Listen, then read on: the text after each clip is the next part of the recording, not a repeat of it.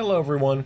Hello and good morning. Welcome to another day on Adobe Live. I'm Evan Abrams, kicking you off here with getting started in After Effects. I'm a motion designer and teacher of After Effects for people all over the world. And thank you for coming and joining me here. I hope this is going to be an enjoyable time for all of us. If you are new to After Effects, if you are new to motion design, then we are here to help you out. This is meant to be a chill, kind of easygoing time to kind of ease you into After Effects. If you are watching this currently on YouTube, please come and join us on behance.net /live, where I'll be able to see what's going on. Going on in the background, going on in the chat.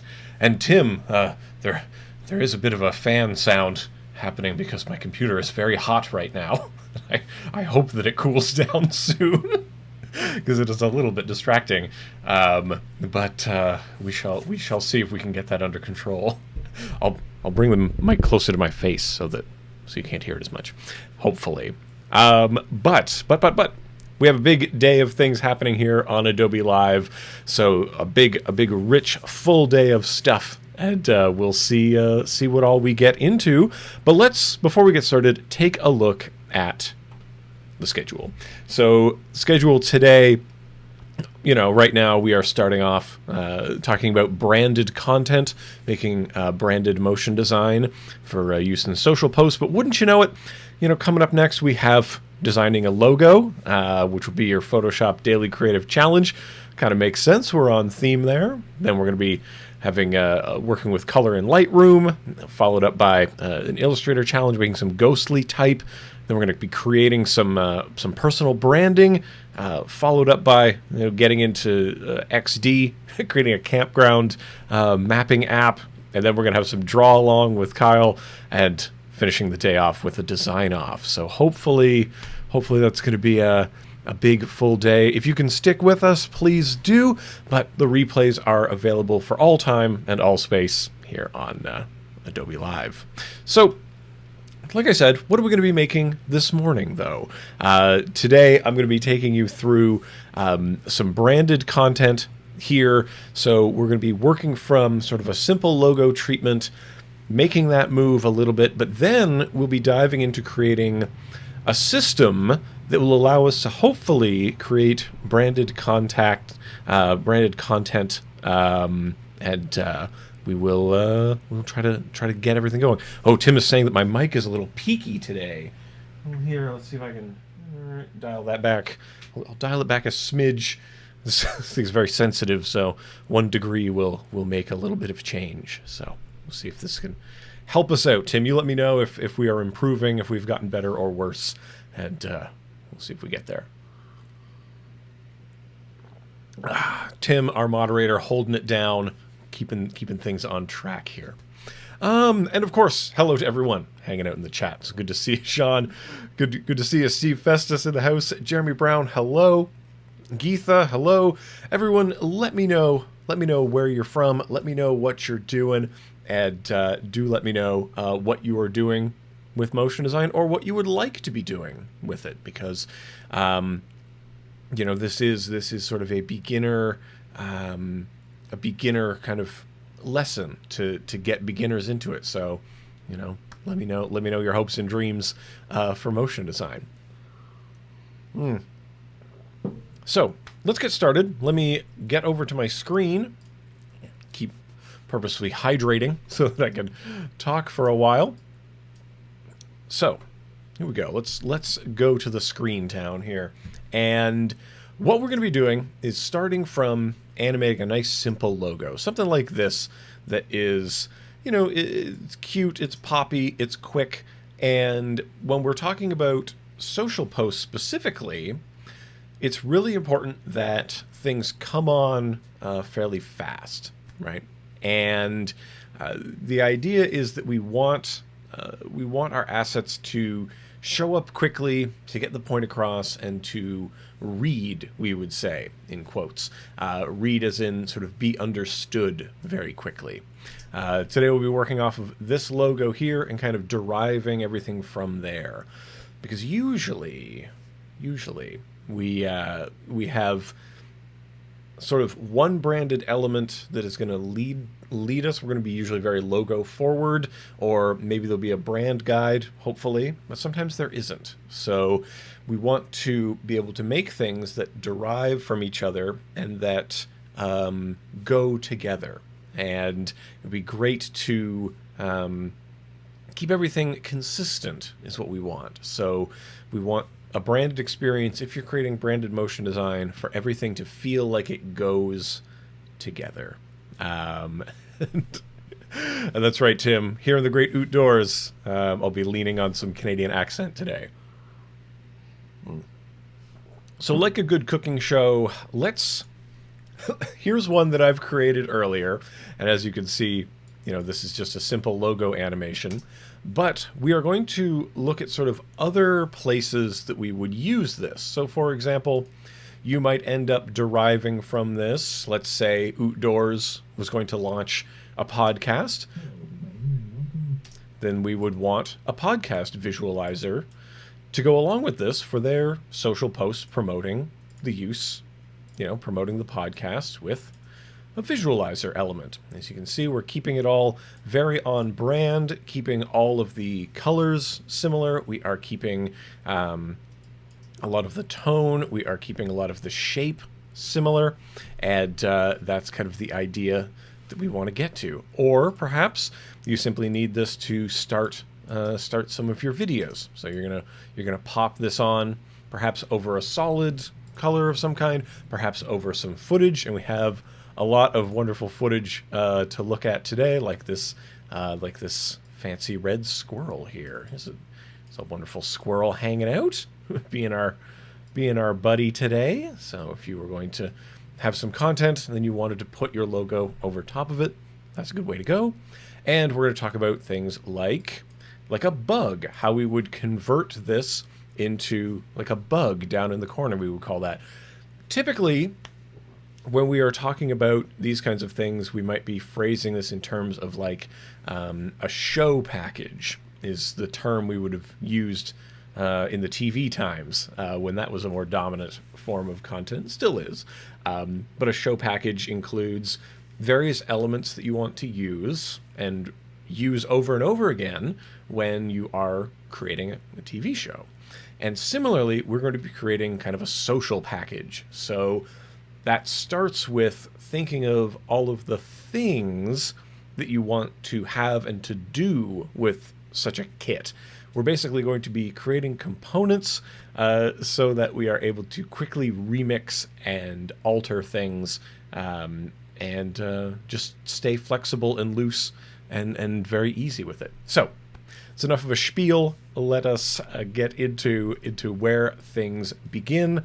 And for me, in this case, this all began with this particular logo. Now, it probably wouldn't start in this format. If someone is giving a logo to you in order to animate it in some way, you would hope that it has been broken down into layers like this.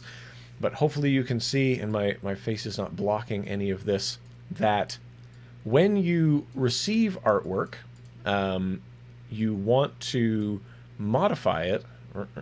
Hopefully there's enough space. It looks like there is. You want to modify your artwork that might start as something like this, let's say. So here everything is kind of stuck on one layer. All of these paths, we have a lot of compound paths in here, and they're all stuck together, right? They're all part of continuous paths. These are even part of a group. So you might ungroup them. You can go Command-Shift-G to ungroup things. But even so, even some of these are all one continuous path, as you can see. So we would want to break that apart in order to use this in more of a motion design context. because if we want to animate these things separate from each other, then we need to cut them apart. We need to separate things. So usually job one, when you are needing to animate logos, you need to animate assets, is to kind of cut things apart in a way. And maybe you are coming from Photoshop, maybe you're coming from Illustrator. We're going to show how to do some of this in Illustrator to separate a lot of these elements from each other. And a lot of it comes from just creating a new layer, selecting the artwork that you're going to kind of cut apart, and you can either sort of drag and copy and delete what you don't want, or what I like to do is hit A to get our direct selection tool, and I want to just only select a bunch of the paths that I want to take with me. So, for example, this background shape here, I'm going to put it on its own layer because I'm not really interested in dealing with it anymore. So this would be the background, and maybe we'll use that, but probably not. So what we're going to do here is I'm going to select these paths, these points. I'm going to copy them. I'm going to go up to layer 2 here. So we're going to only look at layer 2. I'm going to paste them, and there we go. We have this part kind of extracted from the original. Now, I recommend recoloring everything you've extracted so that you are able to tell, oh yes, I've taken this part away, I've taken this part away. And sometimes you will want to sort of extend some of these points. So see, I'm extending these points below the frame or below their attachment here because it's going to be useful for us to deal with these things if they have sort of easier overlapping with other elements. So if we are going to take this and make sure that it has a little bit down here kind of into that path so that the two overlap, we're going to have a more comfortable time when we are animating this thing around, because it can maybe rotate back and forth if we want this to sway in the breeze perhaps. But what we would do is separate all of these elements out, all of the elements that we want to move independently of each other. And hopefully that makes sense. I don't want you to watch me do that a lot, so we've done one of them, and I think that would be enough. Just know that our goal is to end up with something like this, where each of the elements has been separated out into sort of parts that we want to maybe isolate from each other, maybe animate independently of each other, and that we have added in, I've added in these parts of the logo here that tell us what the brand is, etc. But we want to separate all of the things that are going to behave independently from each other. That's kind of step number one when animating any assets that are coming to you. And then from this, from breaking it apart, we are then going to be able to create little components that are going to hopefully help us later on as we build this system. So I'm going to just go ahead and save my work here, which is wonderful. And now we are going to go into After Effects and show you this simple logo reveal here that we do. And we're not doing anything super crazy here. All that's happening is some of the paths are changing shape. So these paths down here are just simply changing what shape they are as they animate on. These layers here, this text layer is being revealed by that rectangle as it grows, as it gets larger. It's revealing this text, and that's great.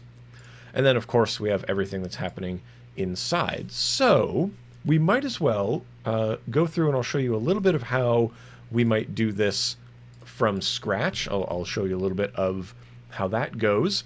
And then we are going to break this apart and create other assets from this work. We want to try to replicate or make use of work that we've already done, so we don't have to work too much harder, right?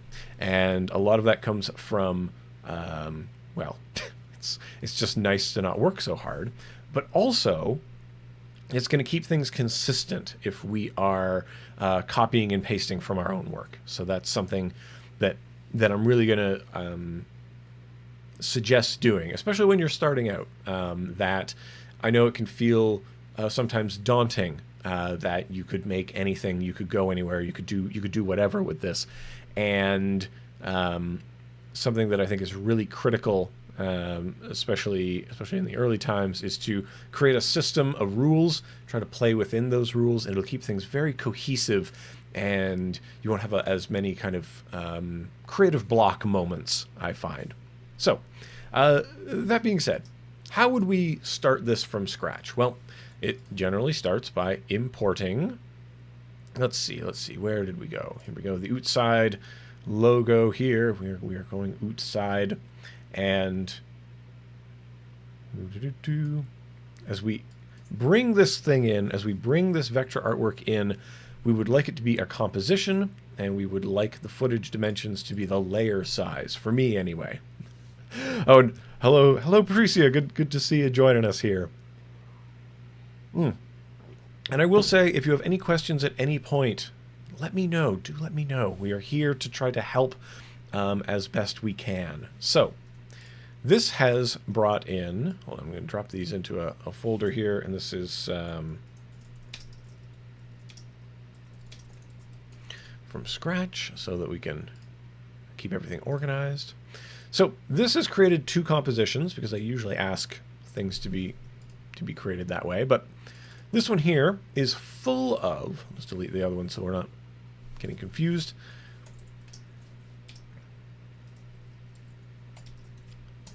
So this is how this file has been brought into us, right? All of the layers that we made over in Illustrator are now available to us here.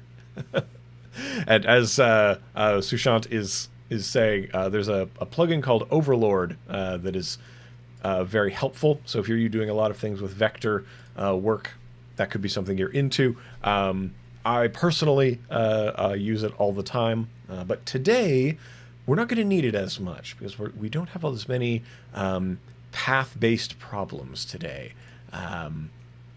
But some of the things I do want to look at is how are we going to go from seeing nothing to seeing all of these elements on the screen? And I know it seems like a lot of layers. It can feel like a lot of layers, but don't worry. We're going to start to organize some of this stuff. So we want to think about, in terms of branding, whenever making branded content, what kind of motion fits with the feeling that this brand wants to convey about itself. Is this a serious brand? Is this a fun brand? Is this kind of a jokey, sarcastic brand? And we want to make motion that goes with that idea. Now, this seems like a very fun, maybe a little bit childish, definitely very accessible, right? So we want our motion to feel maybe organic and fun, maybe a little bit poppy, and that's what we'll try to make happen. So I'm going to make a choice, and I'm going to take everything that I see inside the circle here. That's the tent, the foreground tufts, the middle tufts, the grass, the hill, the trees, all the way down. And I'm going to pre-compose them. I'm going to go Command-Shift-C, and I'm going to pre-compose these. And let's call this the circle contents. So I'm taking all these many layers, and then we end up with, boop, we've condensed them down into one layer, right? And it's an interesting thing because now we can treat all of these as one thing. We can move it around if we want. We can scale it. We can move it. But something I'm interested in doing with it is revealing it with this circle. I want this circle to get larger and reveal this scene happening inside of it. There are many ways you can do that. You could simply scale this layer up, right? So we could call open its scale by hitting S. all layers have these transform properties about them. So at a layer level, everything has an anchor point, a position, a scale, a rotation, an opacity. And for us, we could modify the scale of this layer so that it will grow. This layer is going to grow. It's going to start at 0, say, and you can click this stopwatch here. That will turn on keyframes, so we can set moments in time when a property is a certain value. So here at the beginning, the value is 0, and then here at say, I'm going to say 1 second, the value is 100. So that means that over time, that layer is changing how big it is. It's getting larger as it goes. So we can then affect how it gets from one to the other. So this right now is very linear, right? Oh, so linear, because these are linear keyframes. We wouldn't describe this as super fun, right? And what we're going to do here is we're going to grab these, and we are going to hit F9 to ease them, or you can right-click Keyframe Assistant, Easy Ease, and now it's going to feel a little bit different the way that comes on. Oh, that feels a little bit more relaxed. It seems a little bit smoother, right? A lot less mechanical. That's what we want.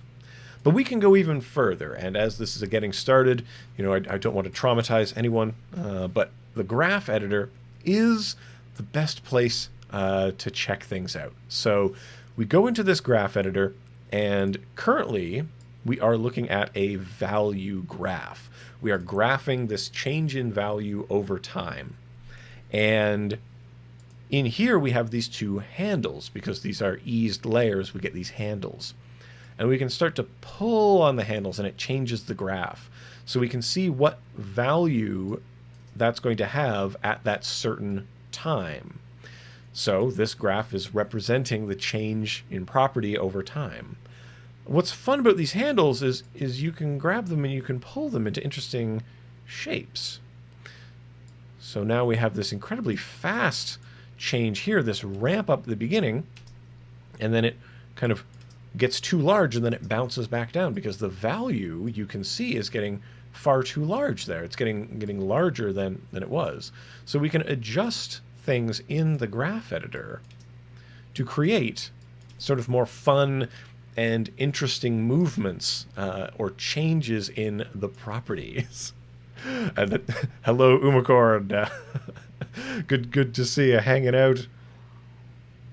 Oh. And Geetha's asking in the chat, how do we import an Illustrator file into After Effects? So we did it simply by going import file, and then that will give you the option of importing all kinds of files. You can drag things from outside, from your file manager into the project, or in some cases right onto the timeline if you'd like. So hopefully that kind of makes sense. And once these elements are in here, we can start to play around with them like this. So in our graph editor, we've made this interesting pop, right? And if we move the layer forward a little bit, we have a period of nothingness, and then this pop happens. But how do we make one layer reveal another layer, right? That's an interesting question. Well, there's many ways to make it happen. One of them, of course, is to drag, say, a copy of this circle. So I'm going to duplicate it. We're going to have circle 1 and circle 2 here. I'm going to drag a copy of it above here, the circle contents, and I'm going to give the circle contents a track matte that will look at the alpha matte of that circle. And oh, look at that! Now it is hidden away inside that circle. And Harshit is asking, what is the difference between a value graph and a speed graph? Well, the main difference is that one is showing you a change of speed over time, and the other is showing you a change in value over time. So that's kind of the big difference between the two. So let's look at this graph again really quickly. We are currently looking at the change in value over time of the scale parameter here.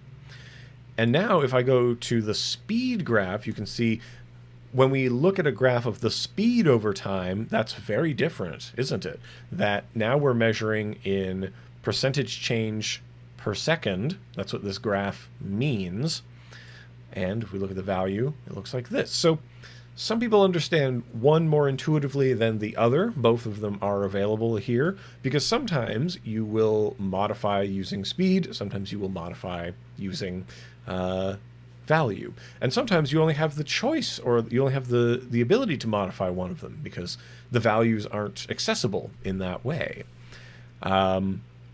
Speaking of, let us have a look then at another property we might change to reveal some things.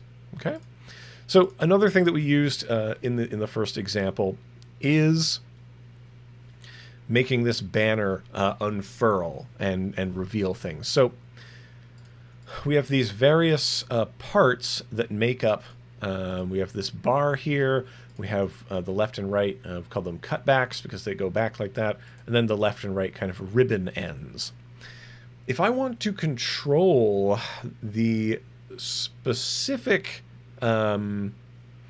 shapes here, those paths that we drew in Illustrator, we have to convert these layers. So I'm going to select the ribbons, the cutbacks, and the bar. I'm going to select all those layers. I'm going to right-click, and we are going to go Create, and we're going to create shapes from vector layer. So these are vector layers that we created in Illustrator, and that's going to give us the ability to convert from one thing to another. And you'll notice nothing is visually changed about where we're at, but you'll notice we have new layers, and they're a new color, and they have new properties. So I'm not really interested in seeing the old ones anymore, so these ones here, they've all had their visibility turned off, which is great. And I'm going to make them shy. I'm going to make them very shy. I'm a very shy person, so I can kind of identify with this. And so we are going to shy those layers away, and they're not going to be seen on our timeline anymore. I know there was some anxiety in the chat about the number of layers that we were looking at, but don't worry, we can control how many layers we're looking at whenever we like. So there we've gone away, and we've made them go away. And now, if we want to alter this shape over time, this path, I'm going to twirl into the bar outlines, I'm going to twirl into the contents, twirl into this group, and here we see a path. And this path is something that I can grab its points and move them around and do all kinds of things with them, just like we would have in Illustrator. So that's kind of where these things come from. So they were vector paths over there, they are vector paths here, and now we can modify them over time. And we're going to do that by setting a keyframe here on the path. And what's really nice about this is we are going to set this sort of in the future a little bit, a few frames in the future. We're going to drag this out into the future, and then we go back to the beginning, and we're just going to grab all of the points. I'll take all of the points, please. And I know it's difficult to see the line a little bit, so we're going to change the color of the layer here to fuchsia, so hopefully it's a little bit easier to see what we're doing. I'm going to take all of the points here. When I select them all and I double-click, we get this free transform box going on.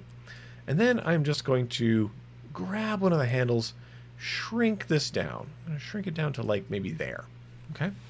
And so now this is a keyframe for this state of the path. And then it comes out to look like this. It expands out to be this size. Okay? That's pretty basic, easy stuff, right? This is getting larger like so. Okay. And then I think these layers need to come on next, right? They need to then move their way back. So what I'm going to do, because it can be hard to sort of work with all this other movement happening on the screen, we can solo all these layers. So these are the only layers I'm interested in working on. So I can click this button here for them, the solo button, and it'll be easier for us to see and modify those. Okay? So then, we're going to go into this path here.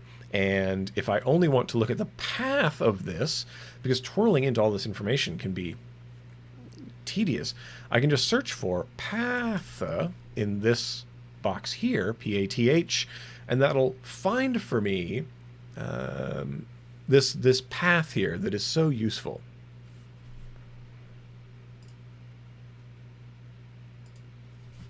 So now we can set keyframes on that path, and then we can move that ahead. We're going to move those ahead. We're going to set keyframes here at the start. And what is the initial state of these paths that would be interesting for us? Well, we're going to just drag the points to be over top like this, right?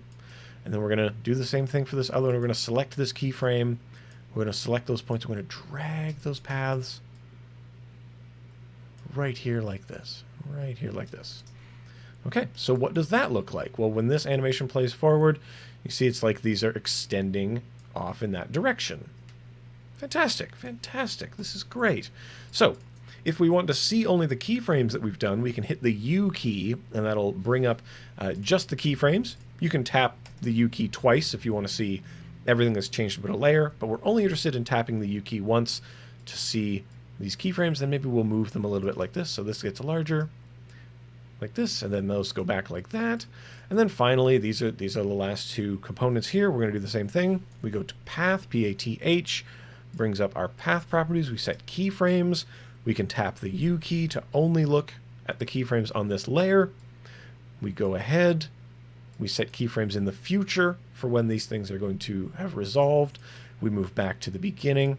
And again, just like we did here, we move the path to be like so. We're selecting all of the points of the path, we're grabbing the handles, and we're moving them together like this. Okay.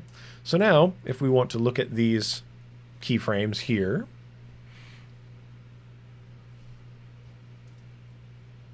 and then, because again, this is fairly linear and not as much fun as it could be, we would like to ease some of these keyframes. Okay, we're going to easy ease those. So now it's a little bit easier, right? It's a little bit eased. But again, we can go into that graph editor that I talked about. And this time, we really only have access to the speed. And that's because paths don't share their information in the same way that the other properties do. They're a little bit unique because a path is made up of the mathematical information of all of these points.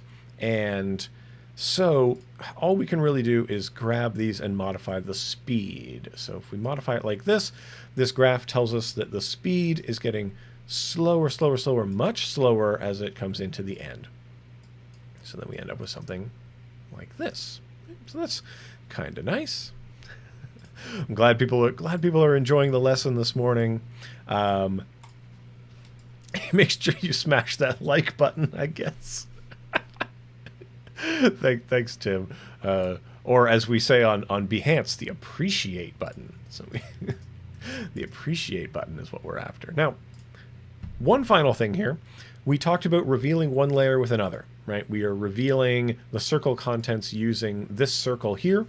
And there is another way. There are more ways. Oh, there are so many more ways that you could do this stuff, right? And in After Effects, there are many technical ways to achieve kind of the same look. And this is because we often need different tools or different circumstances require us to solve problems in a different way. But I have this text, and I'd like for it to be revealed with the bar outlines. And I don't want to duplicate the bar outlines because we're already making so many layers here. So with the text, I'm going to go in here and I'm going to grab an effect. Now effects change how a layer looks. So I'm going to go set matte. I'm going to grab the set matte effect and drop it onto the text layer. And the set matte effect is saying, well, how much of this layer should be seen? How much can I see it? And I'm going to take the matte from, let's look at the bar outlines, right? And already something has happened. And the thing that has happened is not great. But I'm going to go ahead, I'm going to click this little button here, this one here that says, this is called the Collapse Transformations button. And this basically is just taking both of these layers, since they both have the star on, you can think of them now as having the same frame of reference, if that's helpful. Collapse transformations is what allows something, or continuous rasterization, it's also called, that makes this layer relative to the frame, it changes sort of how some of the properties are being expressed. So it also allows us to infinitely scale this up and not see any jagged edges. But in this case, it makes the set mat work a little nicer so that it is now revealing that layer. So now we have outdoors. What a simple clean logo reveal. It's quick, it's punchy, and it has many elements that we may want to reuse for the rest of our system. Okay, so let's start with this as a base. Well, this one was kind of an example for us to enjoy, but let me just clear away all of this work, and I'll go to one that I completed earlier. All right, one of these components that I made earlier. So this is the outside logo from which we will be deriving many things, and you can see that I went a little bit further, and I have the trees animating as well inside of this piece. But if we have a singular logo reveal, we now need to think about the other parts of our system. We have created one thing that has many components we might reuse. What else do we need if we're going to be making some social posts? All right, so let's think of a kind of social post that we might do. We might be giving people a tour of perhaps a national park. There are many of them in Canada, such as Algonquin Park, just down the road from here. Many wonderful national parks. I recommend people get out and enjoy the nature and the beauty before it is all covered in snow. As many people know, I am Canadian. I have a charming Canadian accent, I'm told, or perhaps an annoying Canadian accent, but whichever. But if we wanted to take this stuff and turn it into something else, we want to make something that goes with this, and that thing that we want is going to be like a lower third. Let's say we want like a location marker lower third.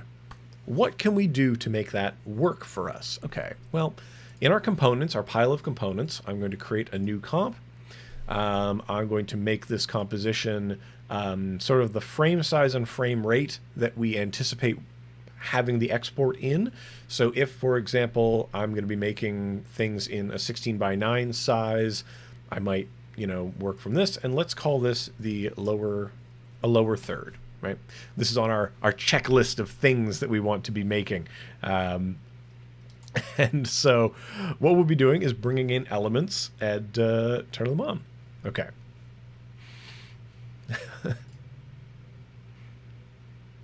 So from here are the elements that I want to take with us from this place.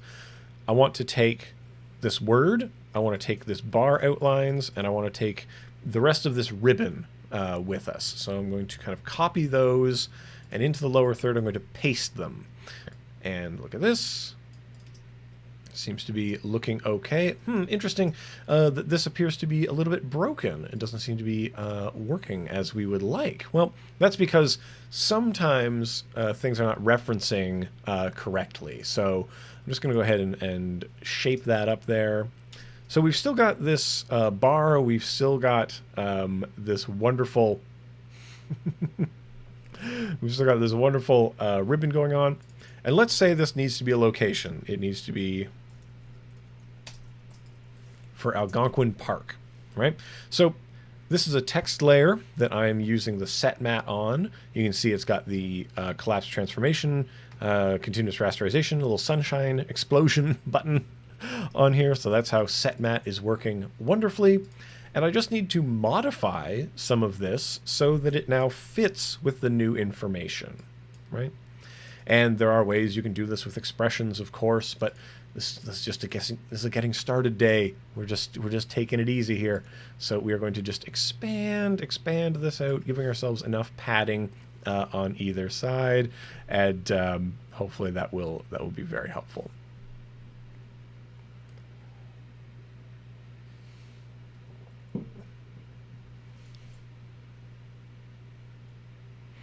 Okay, so I'll just grow this up. This needs to be a little bit taller, or perhaps this layer here simply needs to be moved up and into the center here. We're just going to center this on that. Good. Excellent.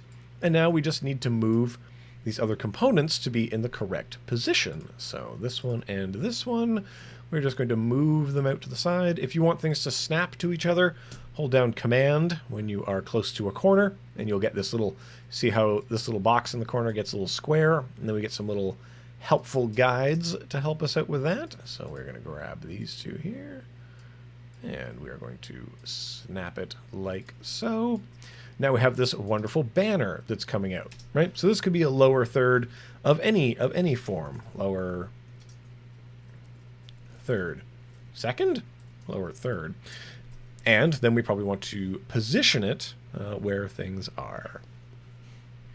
So one way to make moving layers a lot easier for you, though, is to create a new, what we call a null, and then we parent these other layers to that layer. So parenting, you can see parent and link right here, allows you to link things together like that. You can see that this little drop down here, they're all looking at null 1. So now we can enjoy moving this around if we would like. But now we have a component. We've created a singular component that we could then take other places and remix in different ways. Anything that needs a banner, this thing can now serve as that. People, places, things, whatever we want to call out, we have this element that we can then drop onto those things, right? And this will be, depending on where you want to put this sort of in your frame, maybe we just want to drop it down here. Maybe this will make sense in the context of how you're going to be using it, right? And so Alexander has an interesting point here that it could be a lower third up until the client comes along and wants to have the name, job, role, title, the grandma's pup in there, right? So when we are thinking about designing systems, right, we're creating systems, we need them to be robust and flexible. So, for example, we often see people creating show packages where they have a 1-line lower third, a 2-line, and a 3-line, all of which will play together and they'll look correct in the space. We build those in the sort of initial thought when we are going to say, oh, let's make lower thirds. What are all the use cases we may have for lower thirds? So I would advise that if you're doing this sort of for a client case, that you work out sort of the parameters that are going to be defining that system that you want to work in, and then you can plan around how all of those are going to go. So for example, in this case, what I would say is if I wanted another line under here, I would put it down underneath like so. Take our character. We're using this wonderful font from Adobe Fonts. Just go one bump lighter. Take us one step lower, and wouldn't you know it, now we have name, title. Now we've got a pretty easy 2-liner that kind of works, right? These forms kind of work with each other in a way that is sort of helpful, right? That they're still cohesive elements. Now we need a way to bring on this title if we're gonna do that, but we'll cover a little bit more about text momentarily. We'll talk a little bit more about text. But when we're thinking about social things, what kind of social posts are we going to be creating, right? Where are these going to live? What are they going to be doing? And oh yes, sorry, getting ahead of myself. I wanted to add some strange little embellishments to this before I move on. I went through the bother of animating these trees popping up. Boop, boop, boop, boop, beep. You know, these trees are like boop, boop, boop, boop, boop, popping on, little fun trees. So I could copy one of those trees. I could take one of these trees with me and bring it out here into this lower third space. Maybe we slip it behind the bar down here. Boop. Put it over here. Maybe rotate it a little bit. like that. Maybe I'll take another one, put it down here and rotate it a little bit. Boom, so it's like a couple of trees are sticking out like that. And then I'll just have them pop on a little bit later, so it's pop, pop. So that we have these sort of fun little trees popping out from this situation, right? So we are taking elements, we are remixing them, we are moving them, we are not being super fussy about it, and we're treating it, like I said, more like a remix than we are like needing to create wholly original objects. Right? We've already animated the trees. We know the trees go with this, and you know, we could leave these things as they are. And yeah, Alexander, we could create more objects that go with this particular branding. And in fact, usually I would recommend that if you know that you're going to have a lot of use cases, you want to then build up the assets you have to play with to go along with it, right? To keep things in this style. Go back to the beginning. Okay, what other icons and stuff would we have in this style? Okay, good. Then we can continue to play with them, right? So that's an idea. That's an idea. Okay.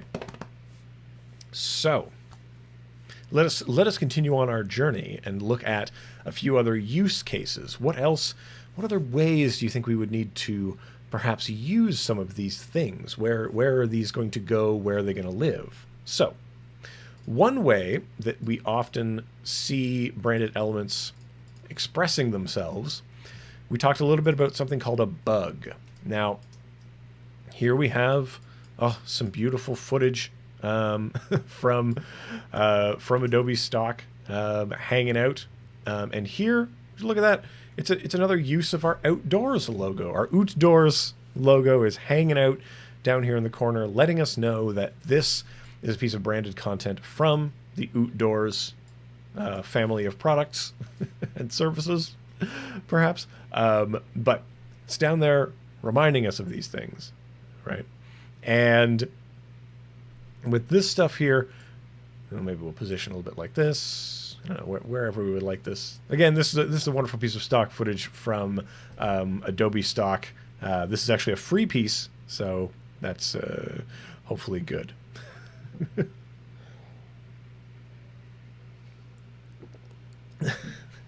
Yeah, Alexander, Ranger Rick. Look at this. Is that some red green references going on?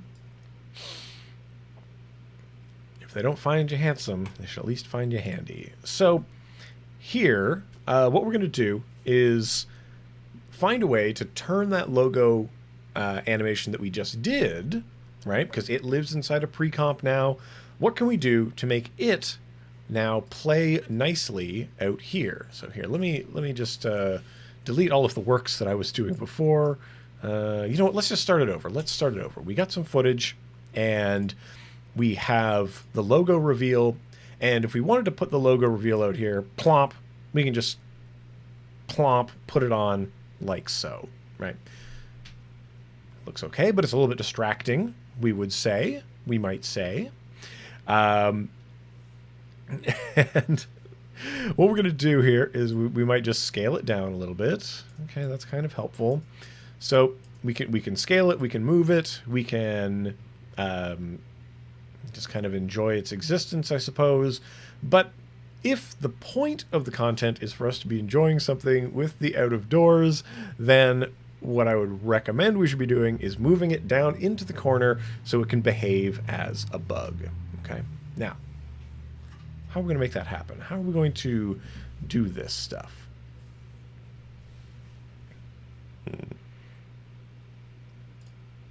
So one of the ways that you want to modify this so that it's less obtrusive but still cohesive is we're going to start by making it black and white. So we are going to take a tint effect. We talked a little bit about effects before. Here's another one. This tint effect, when you apply it to a layer, notice that it's now become black and white, right? Or in this case, gray and white. I guess that's because the colors that we see that we see in this logo are sort of a blue, right? We have this blue color here, all right? Yeah, we'll ask it nicely to go down to the left-hand corner. And we can fade this on and off, actually. We can make it more tinted, less tinted as we like. You know, that works just fine. But in order for this to really work kind of in the way we want, I need to drop a levels adjustment on here, because what I want to do, and you can kind of see, hopefully, in the info panel, yeah, it's right below my face here. The info panel is telling us the various values of the pixel that I'm hovering over. Okay, so as you hover over this, you can see the RGB over there. I don't know why did I'm gesturing at my screen with my hand. That's crazy, because I can't really move the mouse. But you can see 67, 67, 67, 255, right? And over here, 255, 255 across the board. What we want to do is bring this gray value down to 0. So we're going to do that by using the levels adjustment over here. So I'm going to give it an adjustment. Oh, we're getting closer. I'm going to give it a bit more of a pull. Oh, okay, now we've arrived. We did it. So wouldn't you know it, it's after you pass this big tick here that takes us there. And that is, of course, because this histogram is giving us a live view of the data that we're looking at. This is graphing literally all of the information, all the pixel information that we're looking at here. So now we've got it turned into strictly black and white. Okay. Now, if we want this to blend, we'll say, with the background, we need to change the blending mode. Okay. And we'll change it perhaps to multiply. If we change it to multiply, we get this kind of a look, right?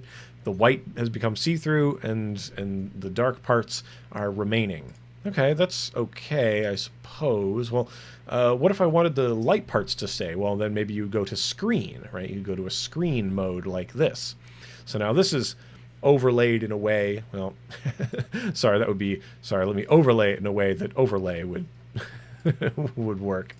So you can kind of see how these different blending modes are bringing this into relief, right? So generally, I say you want to either pick if you're going to use a dark bug or a light bug, and then you want to choose whether or not you are going to, you know, this is using the fills. So if we went with, let's say in this binary, we went with a light bug. We want light colors because we are a light and airy company. Of course, light colors. So we're going to set this to screen. Okay, good. And we are going to, but it still feels dense, right? It feels dense. So what I'm going to do is I'm going to, I could invert, grab the effect called invert over here, which I'll grab. Oh, I'm getting my windows all crazy. So I'm going to grab the invert effect from over here. So channel invert. And I'm going to drop that down. Whoop. And would you look at that? What is dark has become light. What is light has become dark.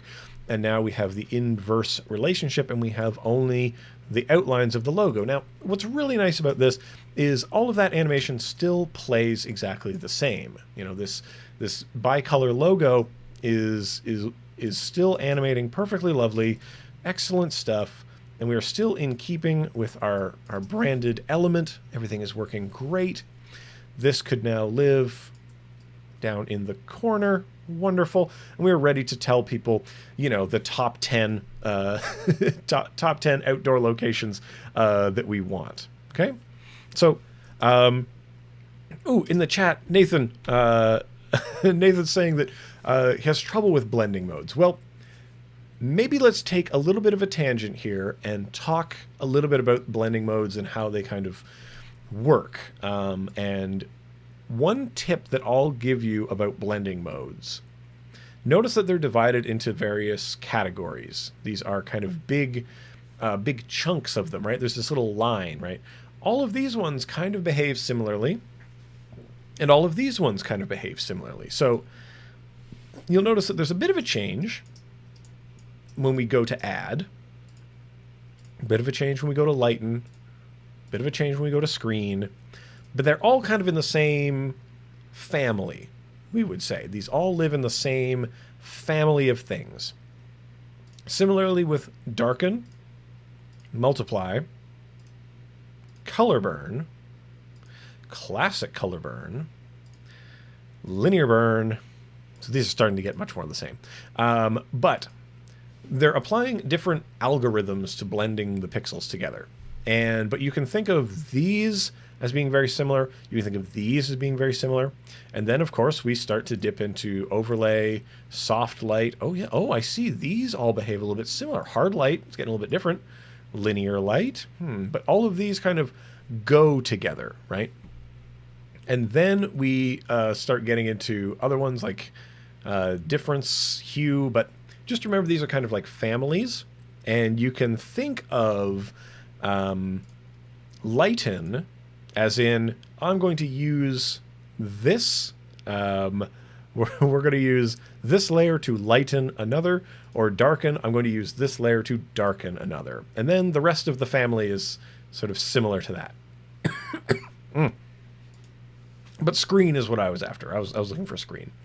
So now we get to enjoy this down in the corner. Now we've got just over half an hour left to hang out together. So what I would like to do is to talk a little bit about what other branded elements you would want to bring on here that are going to look similar to, but not the same as, that are going to go with this.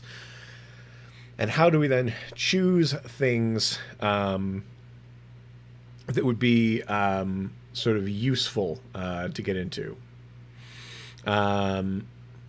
Nathan asks, do I have an example of when you would use pin light versus overlay? Pin light versus overlay.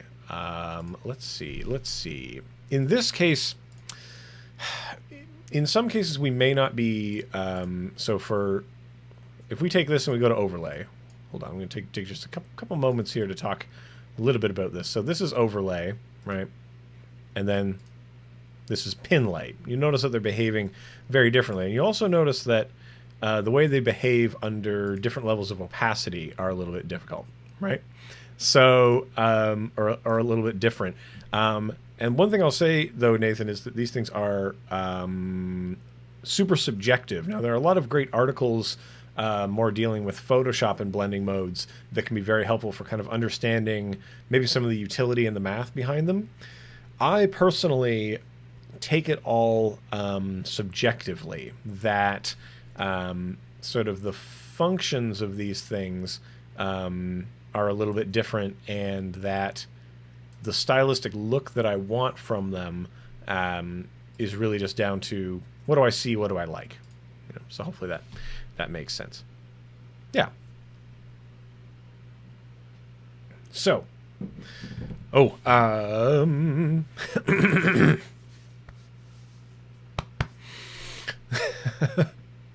lots of good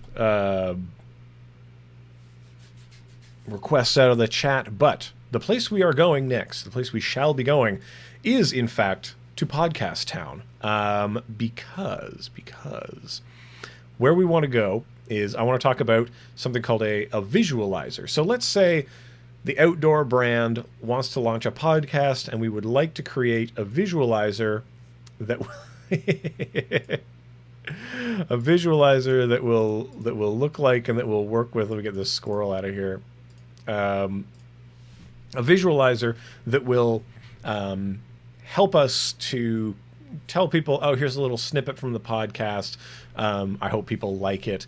And how do we keep things on brand with that kind of a thing? Well, let's dive into it and let us explore how we might do such a thing. All right? Hold on, I'm just gonna...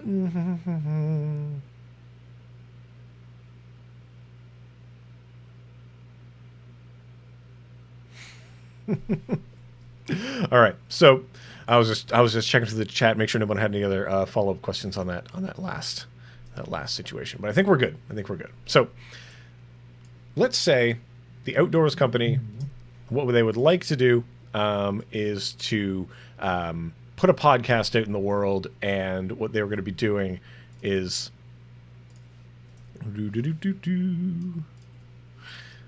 is sort of, we want to put snippets out there and we want to be able to promote this stuff. And so we certainly want the logo in play. We want to have the logo hang out there. And we want to visualize the audio so people know they want to turn their speakers on. Most people observe social media content with the sound off. A lot of people are watching on mute. People are looking at it in bed. People are looking at it on when they're out and about, sitting in the park, and they don't want people to know what they're doing. Or we just see it silently. So that's difficult for a podcast, an audio medium, to deal with that kind of thing. So what we want to do is combine a few elements. One is a visualizer for the audio. Two is going to be some text. We're going to have some text come on. And then three, the third thing that I would recommend having going on is sort of a border or something that tells us the duration of this video, or something that tells us how long this thing is going to go on for. It can really aid in retention to have that kind of a thing. So hopefully that are very helpful to what you've got going on. So let's say how we can bring this on. First, I want to talk about text, and in animating text and how we might do that and how we would create sort of text elements. So let's go with creating a new comp. We know that this is going to live in a square environment. So like I said, this is a component. So let's say square 30 frames per second. Excellent. This is going to be a podcast snippet that we're putting out in the world. I'm going to give us a suitably long duration, right? Let's say 45 seconds is how long these things need to be. All right.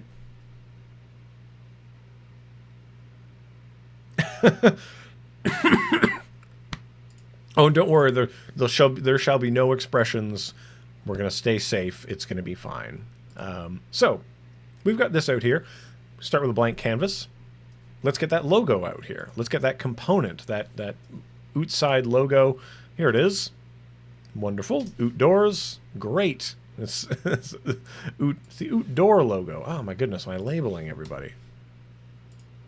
I think the bit I was doing before was outside, but I like the way the two O's together make totally different sounds. Okay.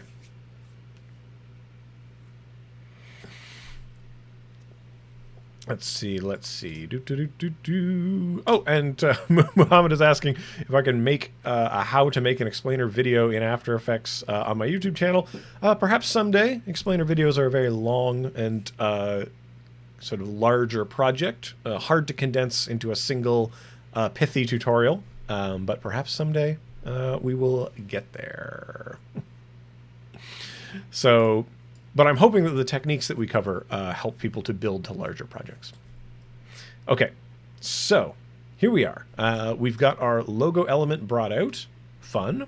What were the other elements we wanted? Well, we wanted maybe a border around the outside that will tell us how long this thing is going to take to complete. How long will this one audio snippet last for? And we want it to be in keeping with this, so let's not do anything too crazy with it. I'm going to go ahead and create a rectangle. So I'm just going to double click on the rectangle, and that makes a rectangle that is the size of this, right? Fantastic, fantastic. I'm going to make it fairly thick. People watch this on their phones, so it's probably going to be like this size, actually, physically. So make it fairly thick, maybe less thick than that. Subjective. But one is going to serve as the background, so I'm going to make it kind of a light color like that. And I'm going to duplicate it, so let's call this the border, and let's call this the progress. Right? We all want to be making progress. Oh, man. So in here, inside the progress, we are going... Again, this has a path in it, right? And we want to change the color of that path. So we can go up here to the contextual bar. We can change this. And we're going to use the eyedropper to just select from the logo to pull that color from the logo. And we want this to kind of right on around the outside. We want this this to start white and to end blue, and we want it to fill up, right? Fill, fill, fill. And so here with the stroke, we're going to add into this. We're going to add into this group. We're going to add a trim paths. So before I get too ahead of myself, I do want to mention that the trim paths here is living in this space here, that it lives inside this rectangle group, and it's going to impact the things that are above it. So as I change this property, this 100% property, notice that this bar here, this bar is changing where it is. So whoop, whoop, just like that. You can see it moving around.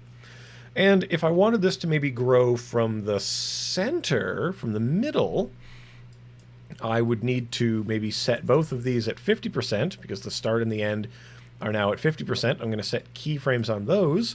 I'm going to just move ahead however many frames it takes. Maybe it's a 30-second clip. I don't know. Oh, I apologize. I'm going to set the start to 0, the end to 100. And as you can see, that as those values change, this color is spreading and growing throughout this whole thing, right? And as they are growing and changing...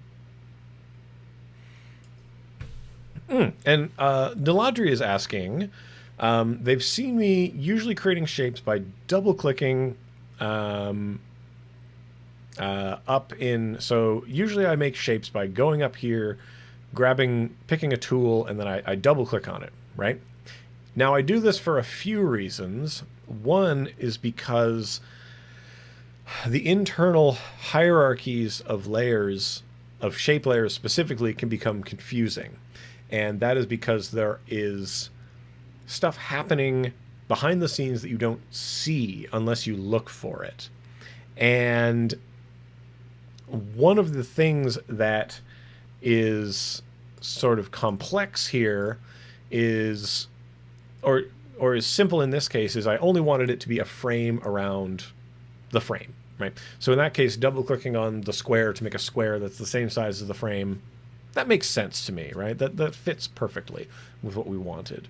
But in other cases, we're performing transformations, maybe a repeater, maybe something else is happening, and we want certain control. We want to know.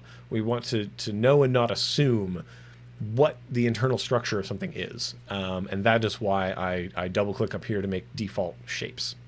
That's my that's my reason for doing so, because then I don't have to move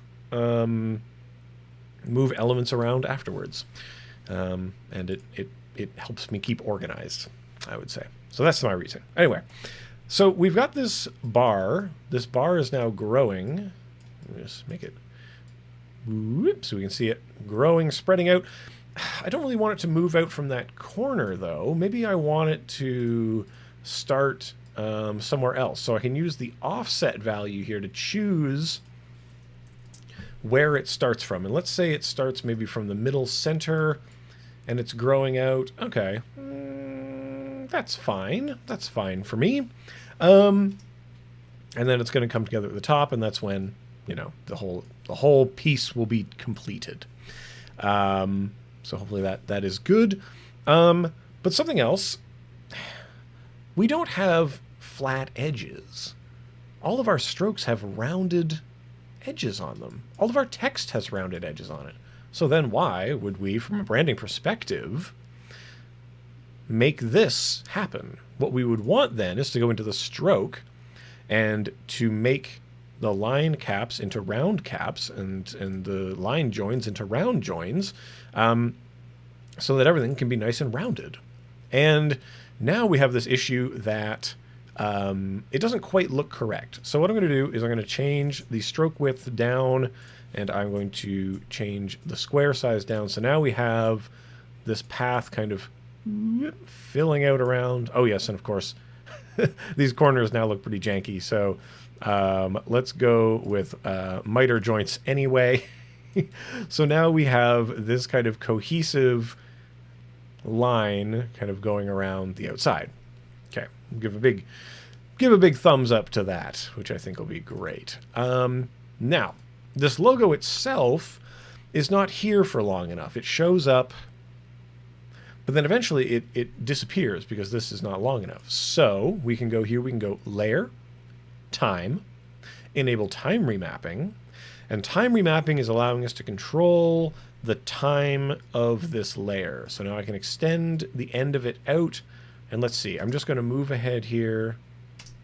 So at this point, bloop, bloop, bloop, the logo is animated on. I'm going to set a keyframe here, right, which is great. Bloop. And I'm going to delete this last keyframe here.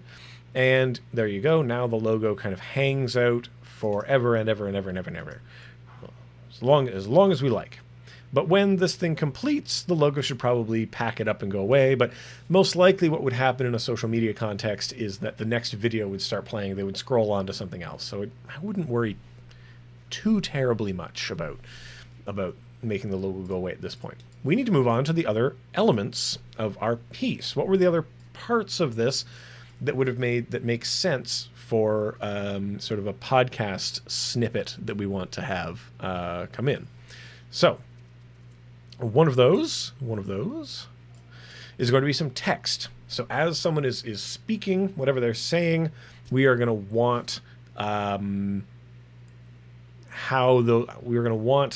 that to show up on the screen in some way, okay? And we have text layers. So we're going to talk about text layers here a little bit. We're going to talk about them in two ways. When you simply take a text and you click out and then you start typing?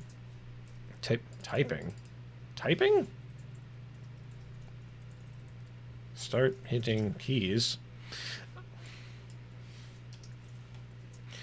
We are creating one form of text layer, right? And there is another kind of text layer you can create that is by grabbing your text and dragging a box, okay?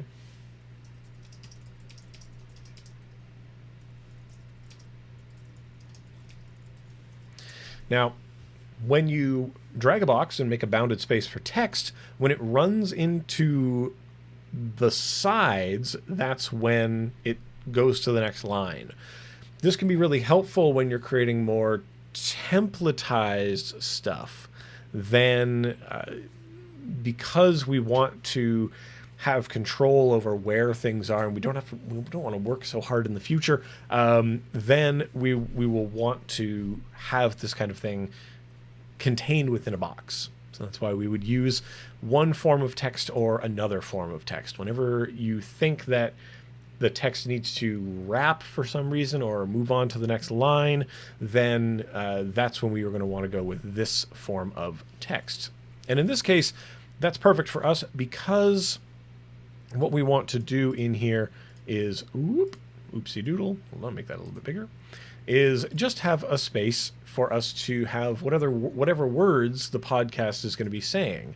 Now I've recorded a little bit of me saying words already, but mostly for the purposes of our example here. So, we have this podcast sample here, and we're not you're already having to listen to my voice too much, so we're not going to listen to it too much. But when you bring audio into After Effects, when you bring it in here, you can see down here on the timeline that there is audio. Now, when you twirl into an audio layer, when you twirl into audio, you'll see this thing that says waveform. You want to twirl into that. And this will show you visually, so you don't have to hear it audibly, that there is audio data here, that this layer has sound, okay? And that is big thumbs up. That's what you want to see. Often I get a lot of questions about why does my audio layer not sound like anything? What's going on with that? Well, that is kind of a bummer that we run into there. But because we are running out of time, we're running out of time, everybody, people of the world, because we have to move on to other things. I'm going to cooking show this a little bit, that we are going to look at the visualizer that I created already, so I can talk to you about how we created this little visualizer element here. This is the star of the show that is reacting to the audio as it is coming out of my mouth, right? So here we're using an effect called audio spectrum. Audio spectrum right here. So let me just turn these both off. And I'm going to drag a fresh audio spectrum out. And this is the way it starts. It starts as these kind of nasty pink lines. And if I want this to be this color, I use my color picker to choose those colors. Okay, then I can dial down the softness so that's a nice hard edge. And then I can bring the thickness up so that it is a nice thick line. Then I might take the number of samples down like that. And here's the big thing. You have to choose which audio layer it's looking at. You need to choose this particular audio layer. And now it's going to respond to the sound that is coming out of that audio layer, right? And that's kind of the idea. And Kawish, what if we want to make an audio spectrum out of trees? Then we are going to need to talk about expressions in a meaningful way if we wanted to do that. If we wanted this to be like little trees coming out, then you're definitely going to want to look up how to make individual elements react to audio. Check it out on the E.C. Abrams YouTube channel, if I might suggest a place to learn about making elements react to audio in a more granular way. But we want this to be very procedural, and for our needs, we don't have to go that crazy. The audio spectrum is being displayed along a line that is defined by this point going to this point. So now we can enjoy sort of moving that out and around. And we might shape this up a little bit by making, say, the maximum height a little bit larger like that. So now it's a little bit, whoa, that's a little bit crazy. But we might also do something like adjust the starting frequency and adjust the ending frequency down, because most podcasts deal with the human voice, sometimes inhuman voices, I don't know. But you want to dial this in so that the audio frequencies being captured are relevant to the audio that's being played. Okay, so I hope that kind of makes sense. And then, because I wanted this to sort of mirror out from the center, I dropped a mirror effect on here, and we set the reflection center to be the center of the layer, and then we are good to go. So now we get to enjoy sort of this reaction to the audio. The other element that you would want to drop in is text that kind of types out what the audio is saying. Now, another thing that you want to do is make sure that your audio spectrum is not overlapping with things. How gauche to have this poke out in unnecessary places. So just make sure that that is under control. But with text, you're able to animate how this text comes on. So, for example, here we go. I'm just going to go ahead into this. I'm going to go to the text. Let me delete first that text animator. So if I want this text to come on maybe one word at a time, I need to go in here. I need to go animate, and we're going to animate the opacity of each word. So we're going to try to make each word fade on one word at a time. So we're going to bring this opacity down. Ooh, it's fading away like a ghost. Ooh. And then our range selector is going to control how much of this we can see. I want it to come on one word at a time, so I'll go into advanced, and it's going to be based on not characters but words. So now when we go, ooh, one word at a time is coming on. And now we can simply keyframe the start here from 0% up to 100%. I would recommend you look at your audio waveform. I become very annoyed with the sound of my own voice, because if you have to listen to this 100,000 times over the course of your life, it can grate on anybody. But You can use the waveform here to kind of help you to understand where sounds are happening and when, even if your audio is not going great. Oh, and the new text-to-speech features are going to make this so much easier. Currently in Premiere Beta, so definitely check those out if you're... I think they're currently in the... Are they in the beta of the Premiere? I don't know. But yes, those are called subtitles. Well, we can talk about the difference between captions and subtitles all day long. Open captions, closed captions. But in this space, we want to be bringing these on kind of one word at a time, and we want them to be appearing sort of as they're being heard. So you want to adjust these keyframes in those ways.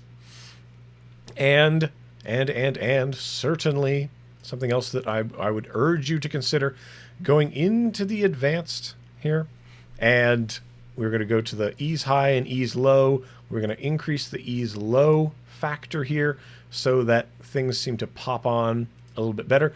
The ease high and ease low are where we sort of define the easing that we talked about with other layers. So with various properties. Anyway. And so, oh boy, as usual on day one, we've used up a lot of the time. So I should recap where we've been, what we've been doing, and what we're going to be doing tomorrow. So far today, what have we done? We have brought in a logo. We looked at analyzing a logo in Adobe Illustrator. We took that logo, we broke it into many parts, or I did before we jumped on, but we have all of these many parts to work with and play with to create branded assets with, or branded content with. So we took that, and then into After Effects we went, into After Effects. We then broke those layers apart and we animated their properties. We animated the properties of each layer, and that's what gives us control over each of these elements, popping them on in a nice, fresh, enjoyable way, pop, that goes along with the branding of the elements. And so we've created this piece here that now kind of fits with the initial branding, with all those brand guidelines and thoughts. Okay? And from this humble beginning, we started to look into all of the little ways that we can start to break this apart and create other unique assets out of it, such as creating a simple lower third out of those branded elements, right? That goes with, but is separate from those initial ideas. Now, then we looked at how we can take that initial piece and then we can use blending modes here. Blending modes, very fun, to overlay this over top of other footage and to have it blend here, to have this really stand out from the background or blend into the background, however you like to do it. But by using tint and levels and the blending modes, that gives us our control over turning that original asset into something that is going to play well over top of different footage in different ways. And then we talked about making something totally different, creating a podcast visualizer here. I like the original work I did on the audio spectrum, really. So we'll go with that one. Much more spread out, much more on brand, I think. And how we can put these elements together and make sure that is super helpful. So that'll bring us kind of into the end of the show here. I hope that this has been an enjoyable time for everybody. I hope that this has been helpful in kind of getting you started in After Effects. I want to thank you all for hanging out with me this morning, and to let you know that we will be back tomorrow. We will be back with more tomorrow, where we are going to take our little bit of a start, our little soupçon, our amuse-bouche to this stuff, and we'll be taking it and going into more directions with it, different spaces. We're going to be creating more assets to help us with our social content, because we've got all the ingredients now. We've done our mise en place, and we are mise en scène. I think mise en place is the word I wanted.